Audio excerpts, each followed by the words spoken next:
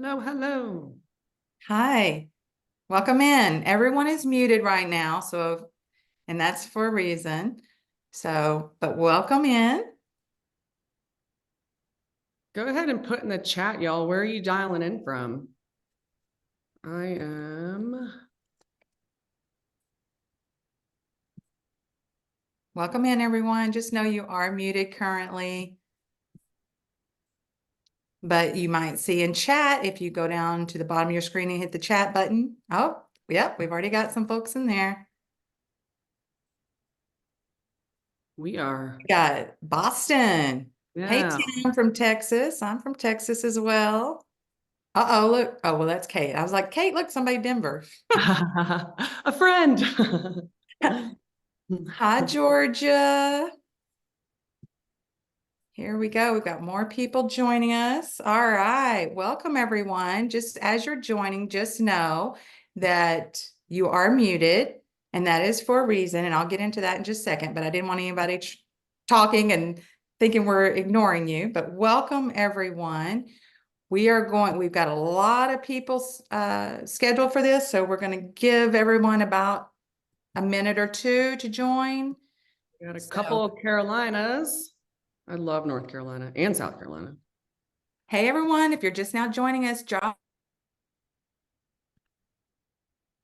Open, you just went mute, Teresa.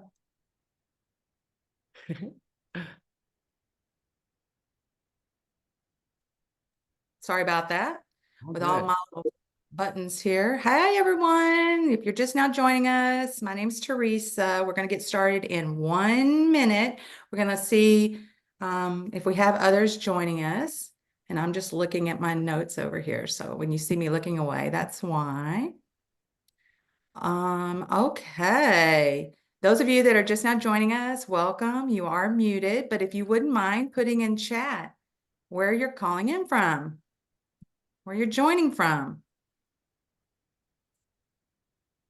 And Kate or John, y'all want to shout out any of those? I'm just letting Another South Carolina, New Jersey, Georgia. I think there's a couple Georgias. I'm trying to see a pattern here. If we have a cluster, any clusters. any clusters. All right. Okay. Well, Houston, I it's love 2 that. minutes after. So we're going to get started.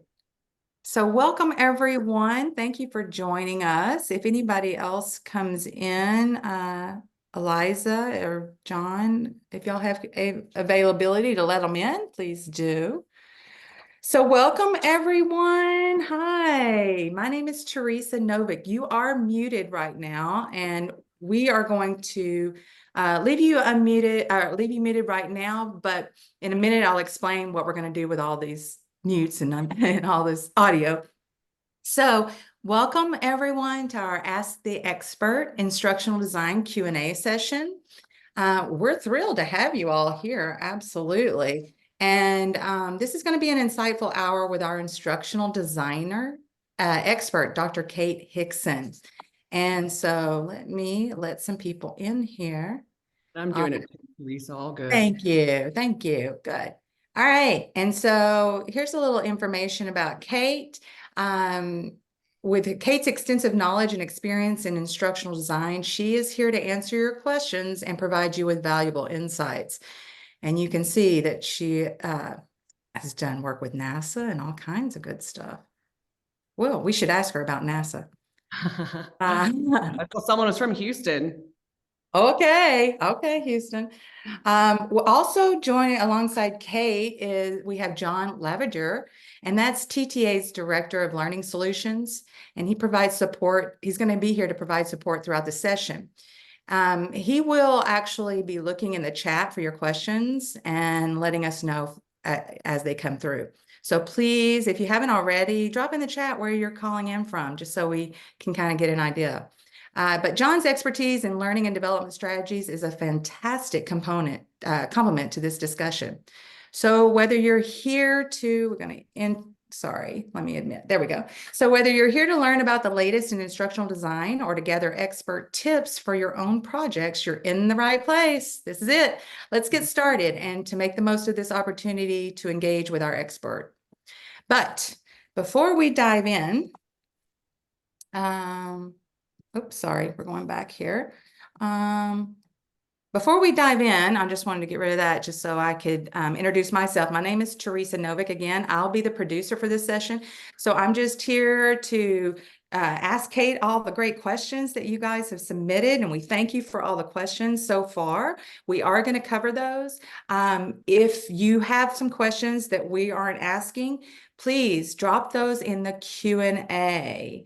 And let me make sure we have Q&A here. Yes. So if you don't see Q&A at the bottom of your screen, you might have to hit the More button. So at the bottom, if you're not familiar with Zoom, you have mute, start video, stop video, all that good stuff. Under there is a Q&A button. Please submit those under Q&A because the chat will move really quickly. And so John's going to be watching the chat, but he might miss some things. So put your questions in the Q&A. If you put them in there, I'll be able to see them all, and then we'll get to those as we can. Everyone is muted, but we will take the time to unmute. So if you have questions and you want to ask them, out loud instead of just writing them, then raise your hand. You can do that at the bottom as well, or at the top, depending on how you're joining us. And also in your participant screen, you have a raised hand feature. If anyone can't find it, let us know in chat. We'll help you find that. But when you raise your hand, I'll be able to see that, and I'll be able to call on you, and I'll unmute you so that you can ask your question and we can all hear. Okay, because we want this to be very interactive. We want to have fun. At the end of this, you'll have an opportunity to participate in a very brief survey. In that survey, you can choose to check a box if you'd like to schedule a consultation with Kate. And lastly, we are recording this session so that you know that. And also there's a closed caption option at the bottom. If you want to turn that on, you can turn that closed caption option on. So without further ado, let's get into this. And again, thanks to John. John, you can just let me know if you have anything and that we need to get to. But the first thing I'm going to do, we're going to just kick this off with a poll. So I'm going to bring up a poll, and let's see. Yep. And if you wouldn't mind, please go ahead and click on the answer. What's the most important trait of an instructional designer? So, Kate, And can you see clearly that? yep, I'm good. Clearly there's no right or wrong here, but I was just super curious to see from your perspectives, what do you think is the most important? Arguable, they're all equally important. Maybe. Find out. Let's find out what y'all think. Yeah, and I can see how many. So, wow, everybody's doing a great job. We just have a few that haven't answered yet. We're almost at 80% participation. So thank you guys, everybody. Keep going. Seen in the chat, time management, adaptability. Ooh, yeah, that's good. Vision. Hillary Washburn with expertise in learning theory. Yes, definitely. All right, so we've got most everybody here. I'm gonna go ahead and end this poll and share results. Cool. Look at there. So our top one is strategic thinking. Yeah. Anyone care to share why? Whether in the chat or if you want to come off mute for a second, raise your hand. Why is strategic thinking? Yeah, raise your hand, anybody, and I'll unmute you. Or again, put in the chat. Yeah. And I certainly agree. I think it is so important for us as IDs to have that big picture thinking, right? We also have to be able to drill down and get super technical, really dive into the project at hand, the task at hand, the learners, all the stuff. But maintaining that bird's eye view is imperative to our work. I would also say, and I'm seeing here in the chat, understanding business needs. Thank you so much for saying that, because that was literally going to be my next thought of, we have to be in constant alignment with the business. And that takes that strategic thinking to be able to do that. Yeah, I love that. Leroy saying you need to know your audience. Good. Yeah.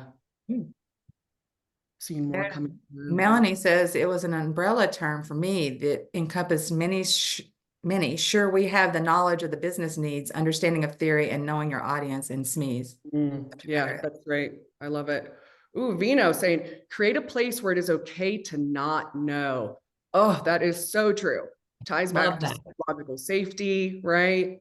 Definitely being able to be vulnerable and having the humility to then go seek out the answers. I love that. What kind of resonated with me out of this list, at least recently, though, even though it's the lowest scored, is empathy. Because at the end of the day, like, it's all about the learners, right? Of course, we have multiple stakeholders. We must align with the business, all of these other things. But our main stakeholder at the end of the day is the learner. So we need to really be able to get into their shoes, into their hearts and minds, connect with them, understand them. And to me, that's empathy. So anyway, cool. Well, lots of good responses here in the chat. Let's go on to the next one. All right. Another poll question. Let's get that one pulled up here.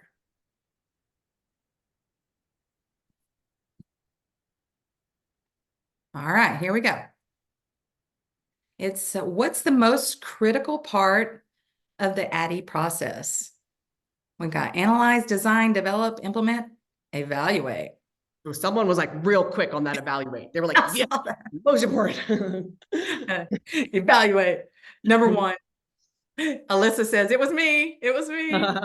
Alyssa, would you like to come off mute and talk about why you were so passionate about that?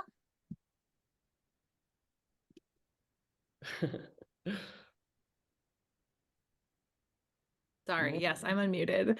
I think a lot of things I've created, I have been inefficient with in the past. So I'm trying to be more intentional, but like, how will I evaluate or how can I demonstrate the success of this? So I think it's kind of a hindsight thing where I think, how many hours have I spent? How much creativity have I poured in here? And then I don't have a way to adequately measure either how much work I did or how effective it was for learners or for the business when I don't anticipate the evaluate stage. So I have found that I've put way too much into the ADDI and then ended up with, oh no, I can't really show my work.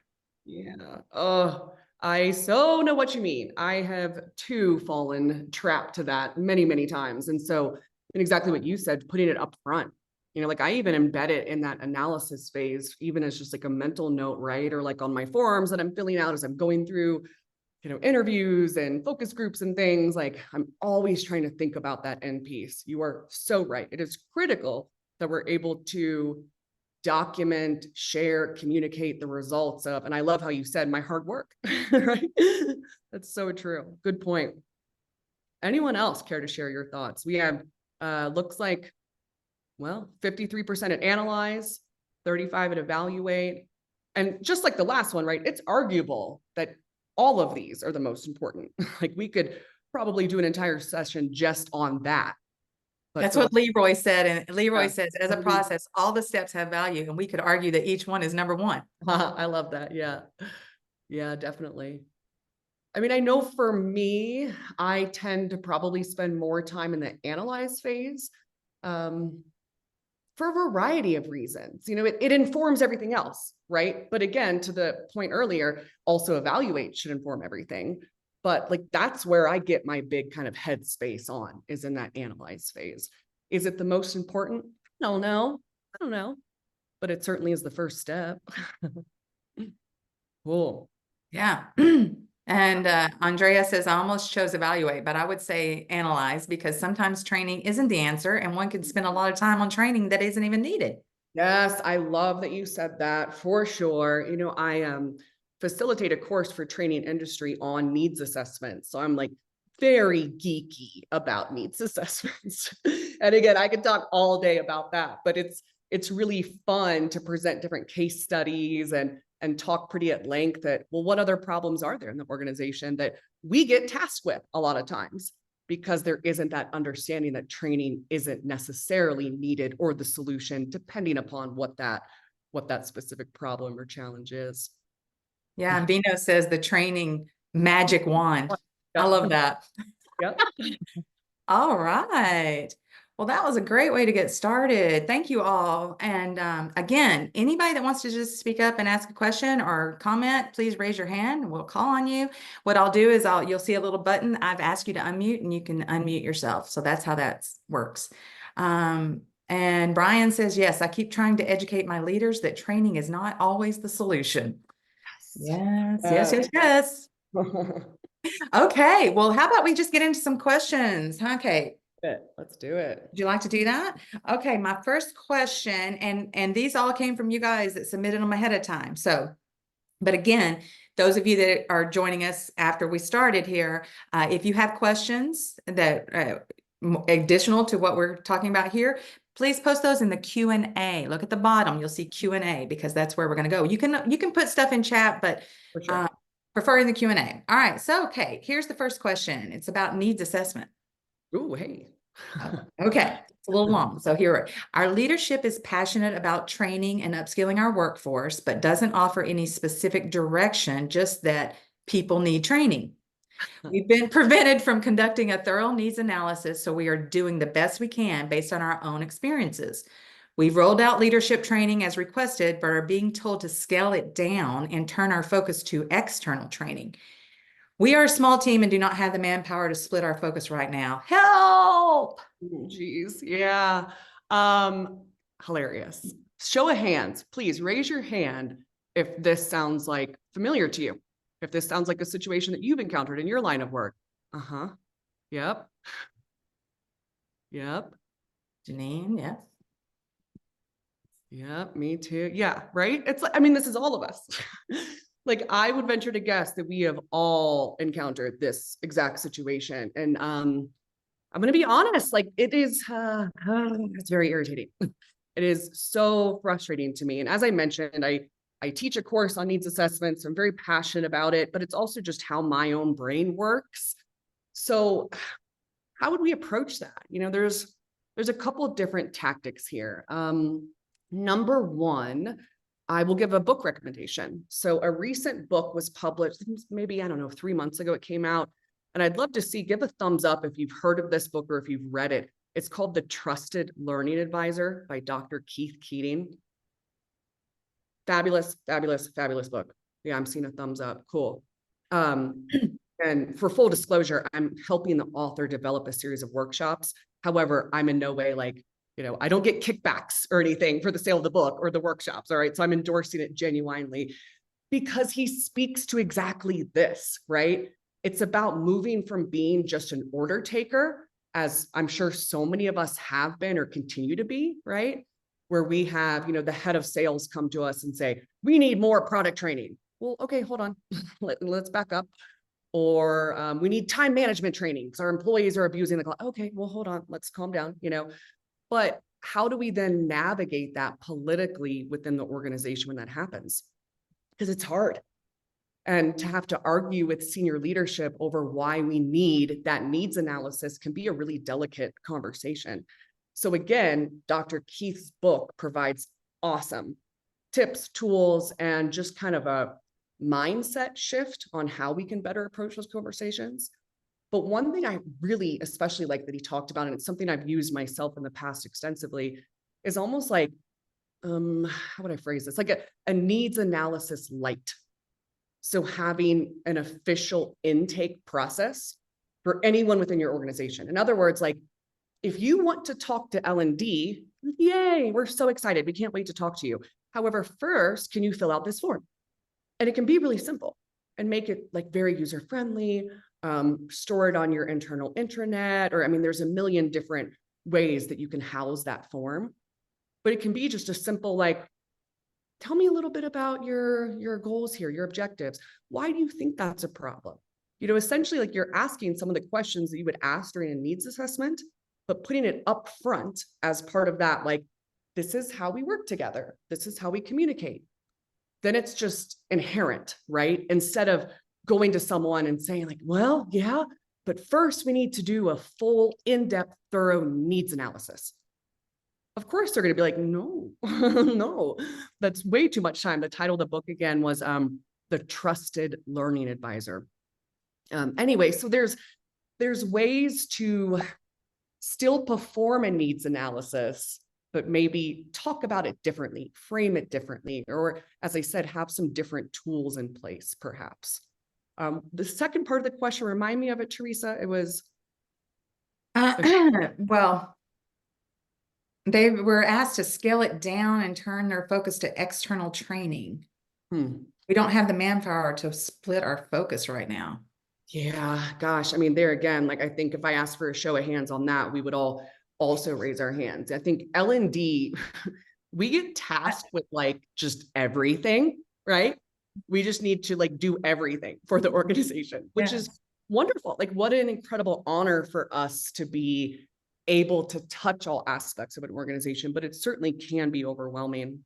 Um, I don't know like what your budget looks like, but just bringing in other people, right? And I'm not even necessarily talking about full-time hires, but how can you supplement your team then in order to scale, right? What are some shortcuts? What are some efficiencies? I'm sure we'll talk about AI quite a bit, but how could you leverage AI then perhaps in content creation? So there's just different ways to think about it, but I do empathize.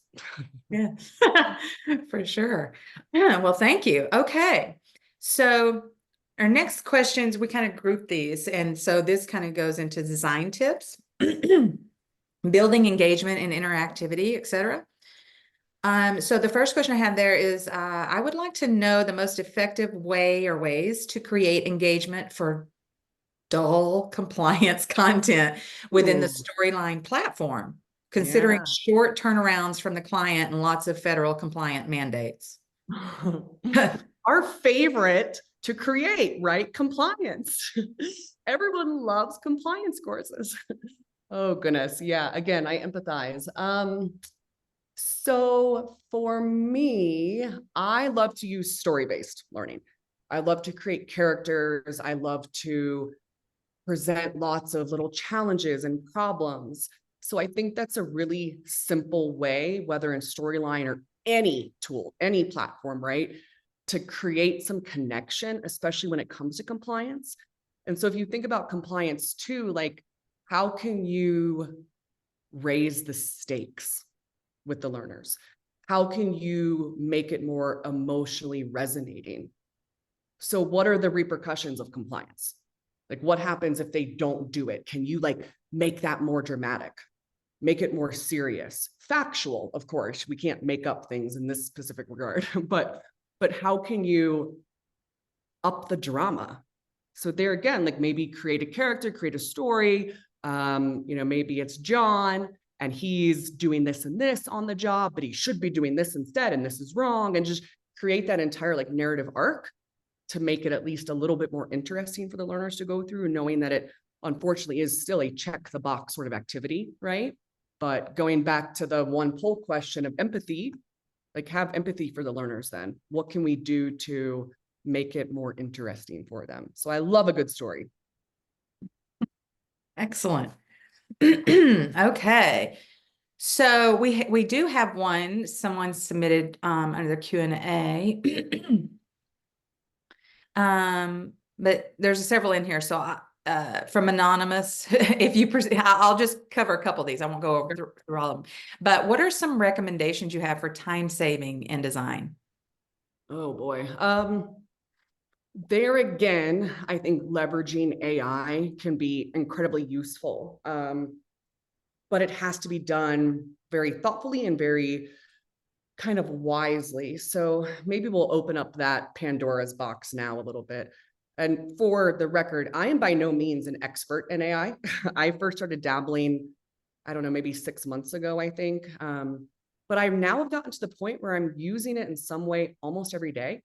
And so I say this because anyone else that is using AI, please feel free to share any thoughts or tips that you have. I'm seeing someone say, what if AI is not allowed to be used at our company? Well, can it be used at your home? Can you use it like privately or on a personal device or something? And I'm by no means saying like, let's cheat, right? But content creation is content creation. And if there's a faster, easier way to do it, then I don't think that we should be prohibited from doing so. But I want to go back to what I was initially saying, that it has to be used so incredibly thoughtfully. AI is only as good as the prompts that we give it. It's only as good as our initial ideas that we're bringing to the table. But let's see, I'm trying to think of how I was using it even just yesterday. Oh, I'm doing a big presentation for the Center for Internet Security next month. And I was told to use Legos in the presentation. Okay, great. Like that sounds very interesting. Let me think that through and like figure that out. Pretty cool. But anyway, as I was putting together the instructions for the games that we're ultimately going to be playing with the Legos, just coming across a little doll. I saw a point earlier, maybe it was Leroy who said it, to use humor. So I wanted to incorporate some humor into these instructions, but I couldn't think of a funny like pun or joke, right? So I just went to ChatGPT. What is a joke that could be about bridge builders? It's one of the themes of the event. And boom, like that, generated an awesome joke, which I will have to find now that I'm referencing it. But in any case, that saved me so much time. That was such an awesome shortcut and efficiency to be able to do that. Likewise, its ability to generate essentially any content so quickly has been a huge time saver for me. But yeah, I see Tim saying it's only as good as the validation of the information. Yes. Such a good point. Yeah. Okay. Sorry. I just want to make sure everyone knows to add your questions to the Q&A and instead of the chat, just because it moves so quick, it's hard to keep track of it. Okay. Number 2 on design tips, or number 3, excuse me. What are some tips for incorporating adult learning theories into learning content?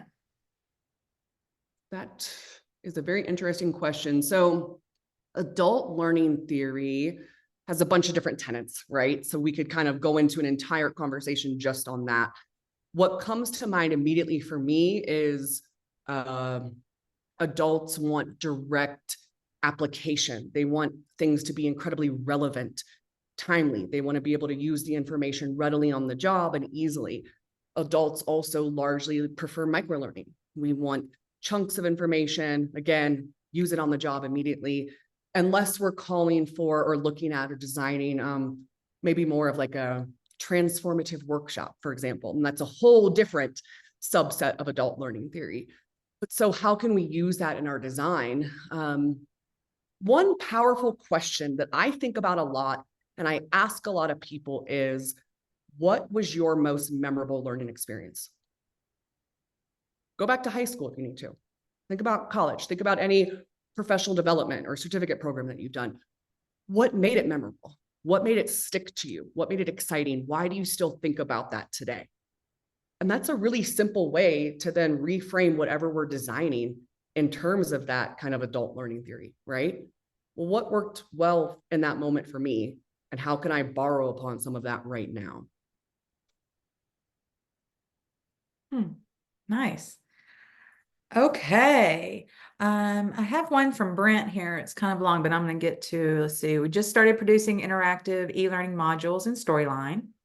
The objective is to help new to our product learners know the buttonsology of how to use our product. Buttonsology. These I like that. modules are no more than 15 minutes long with an interactive assessment. Also, we do it all from analysis to development. I am told 15 minutes of content takes about 40 hours of development time. How accurate is that estimate? And is there a tool resource I can use to produce a better time estimate for my team as a whole? That for Storyline, that seems a little high in my personal opinion, because I think Storyline's pretty intuitive. But if you go, I think it's ATD's website has great tables of exactly what you're requesting. A general rule of thumb for me is 30 to 40 hours per 1 hour, but that is maybe an assumption of VILT, ILT, like PowerPoint decks, participant guides, facilitator guides. It's not necessarily all the like technology bells and whistles, right? Of course, if you're editing a video or making an animation, those numbers are going to fluctuate. But again, I would go to, or if you even just Google it, but I'm pretty sure ATD's website has that table. And I reference it a lot when I'm sending out proposals and quotes. Perfect. Thank you. All right. This is a pre-submitted question. I have been facilitating for years and am new to the instructional design side of it. Would love some guidance on pointers on just getting started. Oh, wow. Yeah. Well, congratulations. Number one, if you've been facilitating for years, that's huge. And that's such a transferable skill when it comes to ID, because going back to what I was just referencing, that question of, what was a memorable learning experience for you? Hopefully you have a pretty good sense of that, right? Via your facilitation. When has it gone flat? What has not worked well for you? When have you seen the best engagement? Can you pull any surveys or feedback from past workshops or courses that you've led and look at those? Because then you can translate that into instructional design, right? So I think that's, again, half the battle. Then in terms of basics, I already referenced ATD, training industry. You know, there's so many great websites out there that curate, collect incredible information via their blogs and articles. I know TTA even has a wealth of knowledge on their website. Podcast, the TTA podcast is great. So is Training Industries, you know, et cetera. So just really getting into that habit of being a learner and constantly consuming information regarding to our craft. Yeah, I see some good ID on LinkedIn too. Yeah, awesome. Great tip, Alyssa. Yeah, Alyssa even said that they buy this new book for every new trainer called Design for How People Learn. I haven't heard of that, but she says she still thinks it's the best book. Ah, Yeah, I well, it literally must was be. referencing this again, just like the other day, hence why it was over there on my table. Like it is. So as a reformed academic, you know, I of course had to read all the textbooks and all the scholarly articles and all the stuff. And that's great and really helpful. But I honestly have found probably the most value in this book. It's Wow. so much more simple and easier to digest. And it's just like cute. She has a lot of cartoons and little, like literally like cartoons. Oh, So it's fun. Yeah. yeah. Yay. Cool. Glad to know we're all on the same page here. I love it. Okay, here's one. Let's see. We have more work than we can keep up with right now, and we need to grow our team. Would love your advice on how to effectively scale. Yeah, I mean, that's a great problem to have. And it's one I hear time and time again from us L&D folk. And I think I go back to the organizations tend to just involve us in a lot because they think training is just the solution for everything. But again, that's a great problem to have. You know, so I'm a freelancer, I'm a consultant by trade, and I have been for many years now. What is beneficial is having a third-party perspective sometimes, right? So bringing in someone from the outside that can have a more unbiased view, or perhaps like an ability to speak up, you know, going back to that idea of the needs assessment.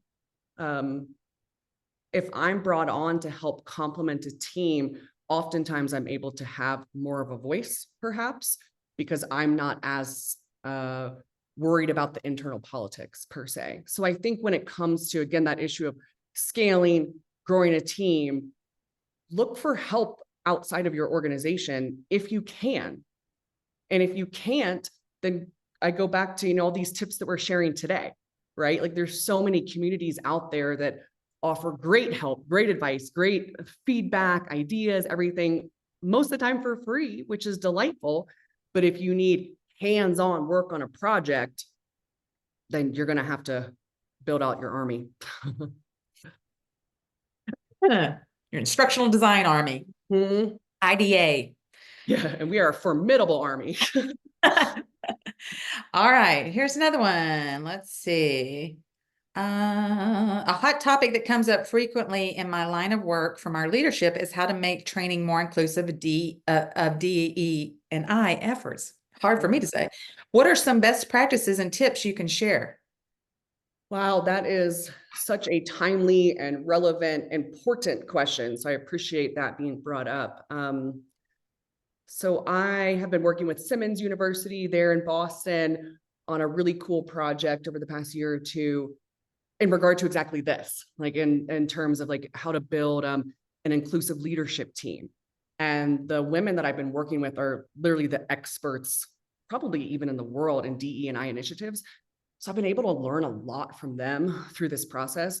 And one incredibly simple thing that they taught me was in regard to stock photography and how we really need to take essentially an audit of our entire portfolios, everything, PowerPoint decks, I mean, everything, and just look at who all is represented in these. And beyond just color, age, can we incorporate non-binary people in stock photography? And that is an incredible library now. All the various stock photography libraries have really creative and welcoming and warm photos at our disposal to be much more inclusive. So again, like that's a really simple thing to do, but I will be very honest, like I wasn't in tune with that initially. And I'm embarrassed to admit that, but I wasn't in tune with that. So going back through and looking at every picture and be like, oh my gosh, wow, yeah, we need to be more representative here. And likewise, I said, I love to utilize storytelling. And so how can I be more creative there too? Can I intentionally use names that are of a certain cultural group? Can I include details that are cultural and specific to different represented or underrepresented groups, right? So how can I just bring more visibility to all the work that I do? And it is a lens that you have to view your world and your work through. As I said, I'm embarrassed to admit I wasn't as in touch as I would have liked to have been. I thought, oh, I'm very open-minded. I was using a lot of the same sort of stock photos or a lot of the same story elements. So yeah, as I said, that is a very relevant and timely question. Great question. Yeah, and I mean, I thought this was somebody just landed here. Olivia says something small is also being aware of the names you use in storytelling examples. I was like, Yeah. y'all were talking about the same thing. So yeah, and I'm sure we're all, not all of us, but a lot of us are in the same boat. What lens are you looking through? So thank you for that. Thank you. All right, going through this. So we're 35 minutes after the hour. So we're just going to keep on going. What instructional design programs do you recommend for a person just starting out in instructional design? Programs is kind of a tricky word because is that formal learning or informal learning? I already mentioned like ATD, websites like that. Someone said the LinkedIn Learning, start there, right? For someone just starting out, I would not recommend going straight into a formal course of study, especially if you're actively working in the field now. A formal course of study isn't going to move fast enough for you, but having just self-guided discovery could work really, really well. And going back to, again, utilizing any of those communities of practice. I will highlight again, training industry has a lot of, most of the time free, I think. Yeah, they're free, roundtables. And those are fabulous. A great break in the day, right? To just have a casual environment where you just chat around this virtual table and talk through various issues and wins on the job. Lots of ways. Good. Thank you. And this question was submitted in Q&A by Ashley, and it kind of goes along with this. Do you have any experience or guidance using other tools other than Addy? And if so, would you seen any that you would recommend? I mean, yes and no. I always get kind of a kick out of people who are like, Addy is dead. Like no one uses that anymore. I completely 100% disagree. And I've been in this industry for 20 years now. So why do I say that? Because you can't skip any step of the process. You shouldn't, you can't skip the analysis phase. You shouldn't skip the evaluate phase. As we said, right? You certainly can't skip or leave out the implement, because then, that just wouldn't even make any sense. So I mean, I will forever be a long, firm believer in Addy, in which case, have I done variances? Sure. Like if a client is super, super fast paced, maybe we are consolidating. And as I said, doing like a needs analysis light, right? So there's ways to kind of tweak the model. Also like prototyping doesn't fit beautifully within Addy, but I'm a big fan of prototyping too. So yeah, long live Addy. Long live Addy. Well, Stephanie says LinkedIn Learning has been invaluable to me as I transition from academia to instructional design. So Awesome. that's good. Awesome. Okay. How about, do you have any specific suggestions for interactive engagement, pre-work and post-work assignments, plus the right balance between teaching and interactive time during a class? That's a big question. So I would assume that if you are here with us today, you probably are working with adult learners, although I could be wrong about that. I say that because there would be some distinctions there if you're thinking about like a high school audience versus adult learners, especially on the job. So let's just think about pre-work for a second. Most adult learners now can kind of fall into two camps. We're either doing a learning development, whatever initiative for work, maybe even at work, or we're doing it for our own initiatives, our own endeavors. Maybe it's a hobby or something we're interested in, or we just want to grow in this specific way over here outside of work. So that's also going to really affect like pre-work, right? Also, is it a compliance related course versus maybe like leadership development on the job? So I guess I say this because it goes back to who are your learners? What is the content that's being covered or presented, and how can you best meet them? If it is a compliance course for on-the-job workers, they're probably not going to do pre-work. Probably not, at least in my experience. Maybe someone else has seen differently. If it is for a leadership development program of high performers on the job, they're going to do the pre-work. If it's for a program outside of work entirely, they're probably going to do the pre-work too. So it's, it's just kind of depending upon, again, the best fit for the learners. What was the other part of that? It was a big question, wasn't it? Well, I think, for time, I think that was great, but it was just saying getting the right balance between teaching and interactive time during a class. Yeah. I mean, I try to be as interactive as possible, but knowing that if there's content presentations that must occur, if you can't do like a flipped classroom model, which is why I brought up like high school students, for example, there usually is still content presentation that must occur as part of the learning time itself. But that's where we can just add in as much engagement, as much discussion, as much activities, as much whatever it might be, right? I have a rule in my head, but I don't always stick to it. But it's kind of like my standard is like every 3 to 5 slides, for example, have something interesting going on, some kind of question, whether it's short or a poll or a chat or actual breakout groups. So yeah. Yeah.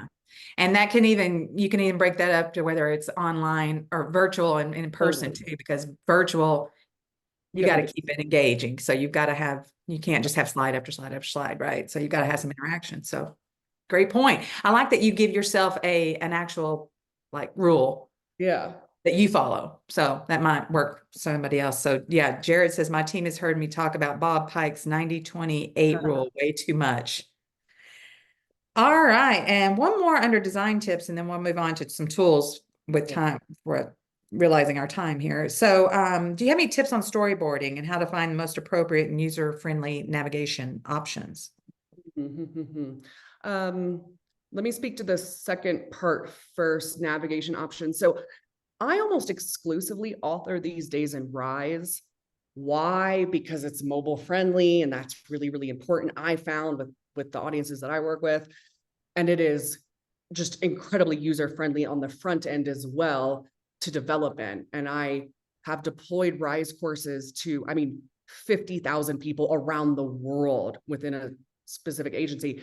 And I haven't heard a single complaint about navigation given that diverse population. So I think that's an incredible tool.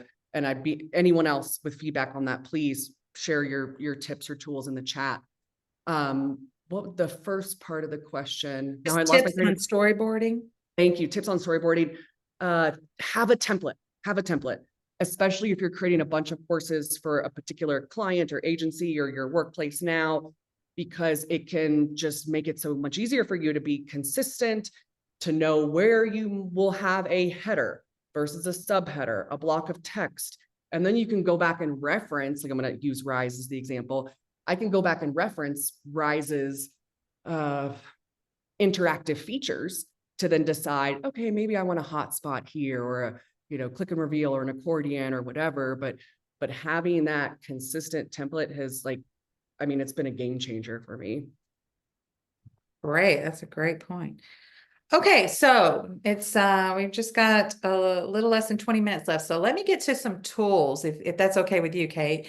Cool, yeah. And I know, I mean, we could talk about AI all day long, right? But for the sake of time, let's see. How do you envision AI being, and by the way, those of you that have questions in Q&A, so I'm taking the ones that were submitted ahead of time just to make sure we can get to those. And I have dispersed some questions in Q&A and I will continue if we have time, but just know I'm not ignoring you.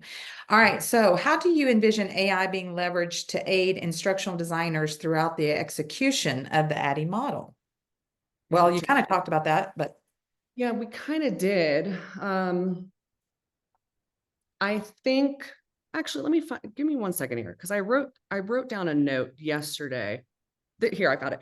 I love the way that this person phrased AI in regard to our field, and he or she said to use it in a way that complements and enhances rather than replaces human instruction or human strategy, right? So I just thought that was so true. Like use it in a way that complements and enhances. AI is going to continue to just be everywhere, right? So we can either get on board as professionals in the L&D space and become maybe even like the frontline people to adopt it and understand it, or we can not. But what good does that do us? I've always taken the stance of, because I'm a lifelong learner and just a huge nerd, I've always taken the stance of, I want to know all the technologies that are out there. So how will AI be used in the ADDIE process specifically? I mean, so we talked a little bit at the analysis phase. I can use AI right now to generate 10 focus group questions for 30 to 50-year-olds in the pharmaceutical industry regarding a sales training initiative, right? Wow. And it's going to do it like that. So I can use that tool as a way to help guide the specific work stacks within the analysis phase. Design, I personally have yet to see an AI instance that would aid me a ton in the design phase. I would be very curious though if someone has found a good, reputable tool for that. Development, absolutely. You know, as we've already been referencing a lot, I can get so much content created via AI. I mean, I can't even find the words to say how much quicker than I would be able to do it. Implement is another one that I have yet to see an AI tool for. As mentioned, please feel free to correct me in the chat. I have yet to see like how can AI integrate with an LMS or roll out an LMS or set up an LMS, or how can it actually facilitate an instructor-led, right? I guess we could use AI to do voiceover scripting if I wanted to only teach by video, but why would I want to do that? You know, like that's not good learning design. So evaluate, I have yet to see how AI can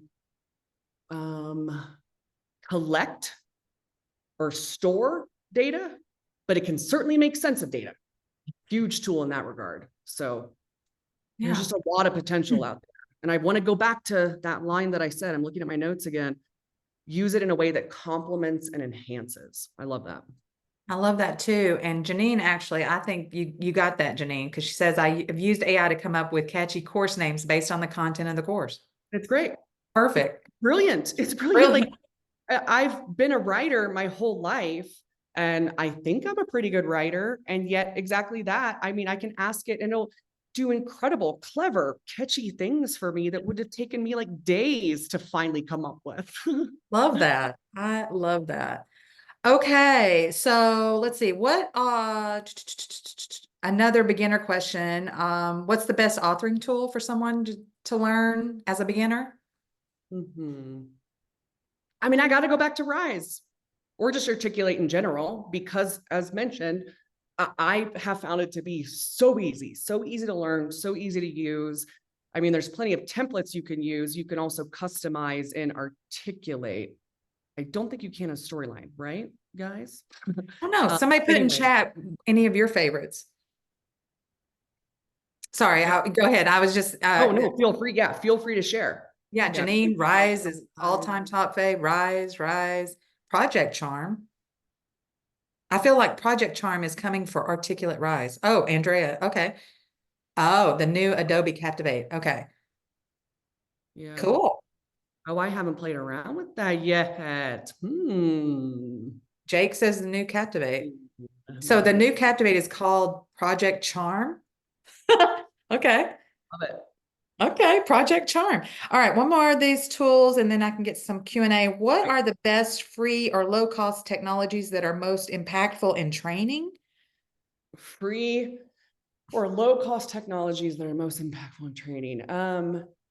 I think it depends. Well, it definitely depends what we're trying to accomplish. Yeah. What is the content, you know? Let me give you an example. I'm going to go back to training industry.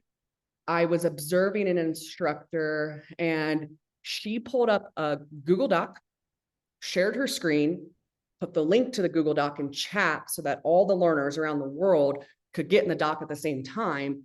And they were all essentially building out like excuse me, I can't talk, clouds or, associations or typing in the same doc at the same, it was really cool.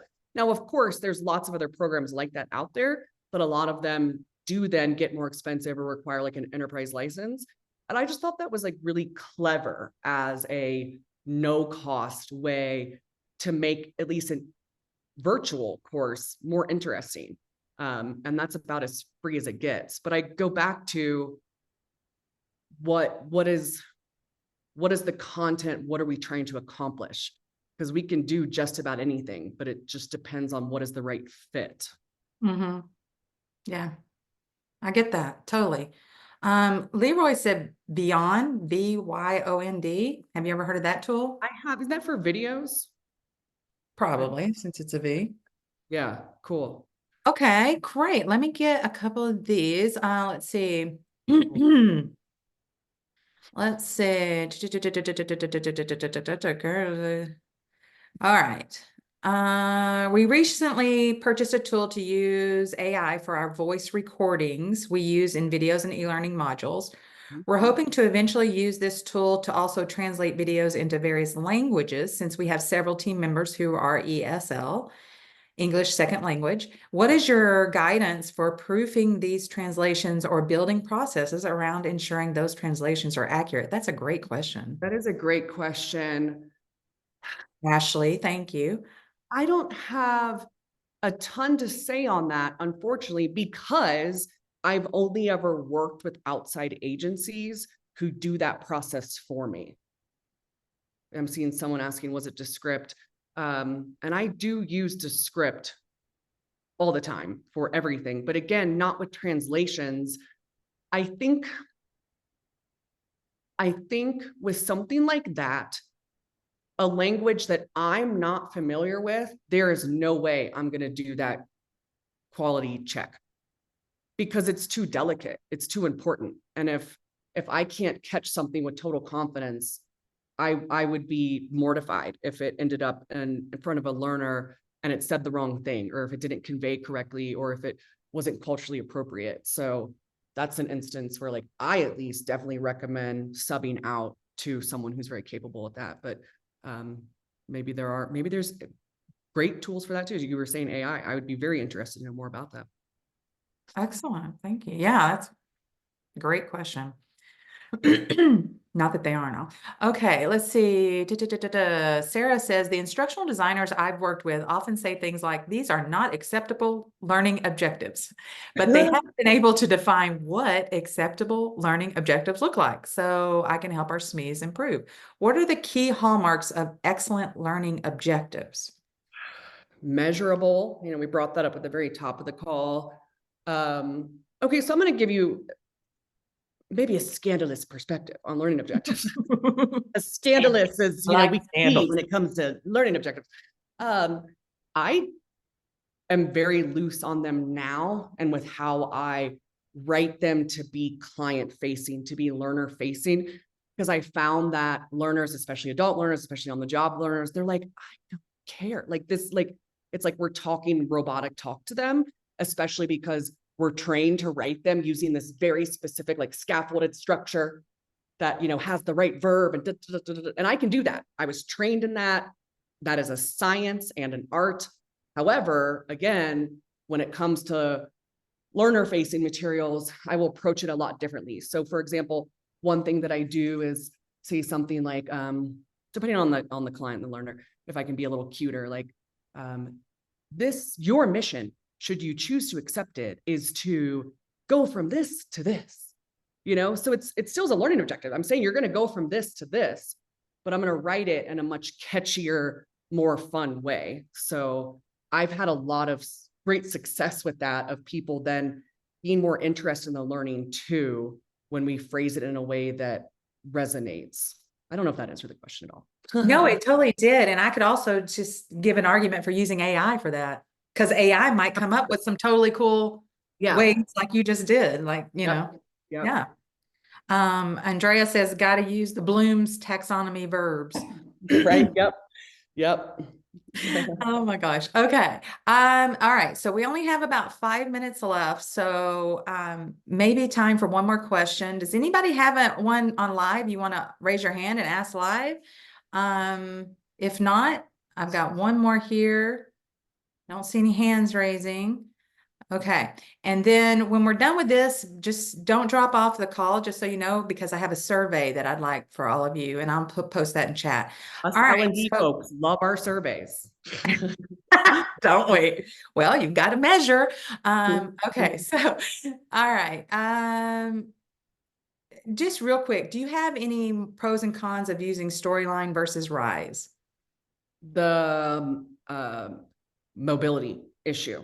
So, and correct me if I'm wrong, y'all, because I haven't used Storyline in a long time, because when I was using it, it had no friendliness for those on mobile devices. Again, correct me if I'm wrong. I'm eyeing the chat right now, but I found that that's imperative for my clients. Now, that might not be the case if someone is developing courses for internal organization and they know that everyone is going to be at their desk taking the course. Then you probably don't care about that. That might not be a factor for you. For me, it's always been a deciding factor. I also just like, and again, I haven't used Storyline in a while. When I made the transition and kind of like cut off Storyline versus Rise, I also just found Rise to be simpler. It was just easier for me to use. It was cleaner for me at the time. Nice. We could have a nice debate about that. It's probably worth mentioning too, a lot of clients, it hasn't been an either or. They've been creating storyline elements that they're then embedding into Rise, when they're kind of the best of both worlds. So worth considering. Yeah. Excellent. All right.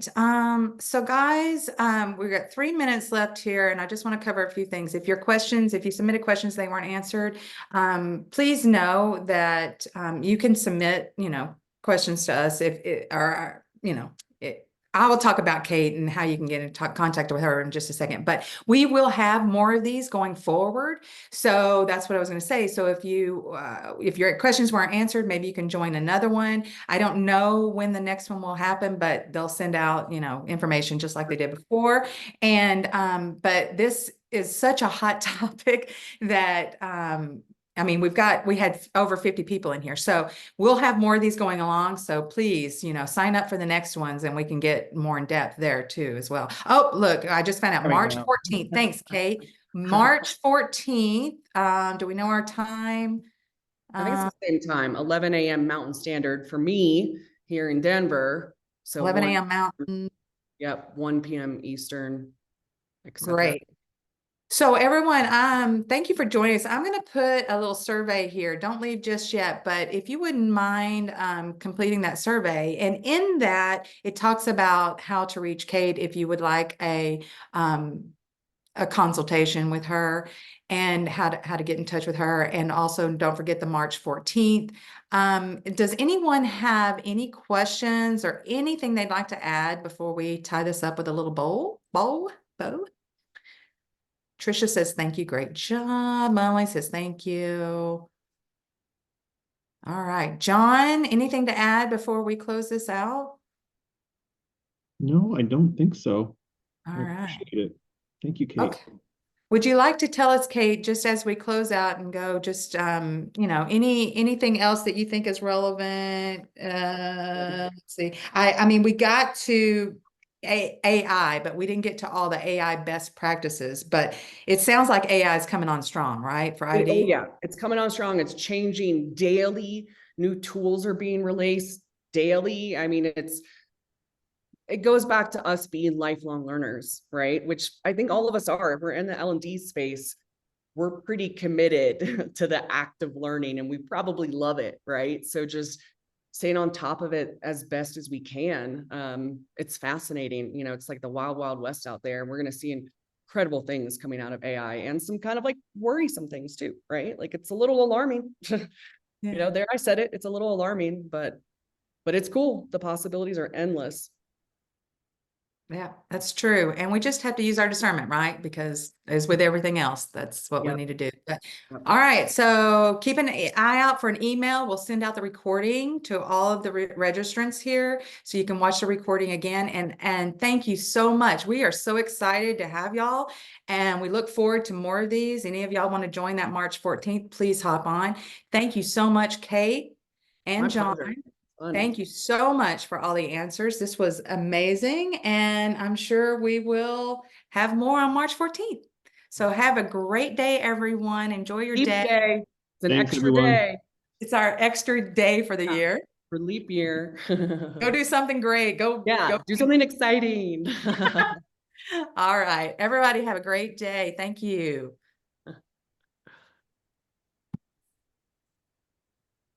All right. What do we do with an extra day? I feel like I need to take advantage of it, like in a meaningful way, right? I don't want to just like do more work. That's what I'm saying. That's what I'm saying. That's why we need to go out and do something we haven't done before. I'm gonna brainstorm some options here. I have two young children, 5 and 2, and it's really fun to make things big and magical for them, you know? So I'm now kind of like brainstorming, like when I pick them up from school, what can I do for Leap Day? Maybe I'll ask Chat GPT ideas to celebrate Leap Day. Or I leap love year. that. Maybe we should have a party, a leap year All party. right, here we go. We're all alone. Private. Hey, You want to how do you stop the think it went? recording, or do you want to keep it going? Oh no, we can wait, you stop the recording. Where I'll do it. How about that?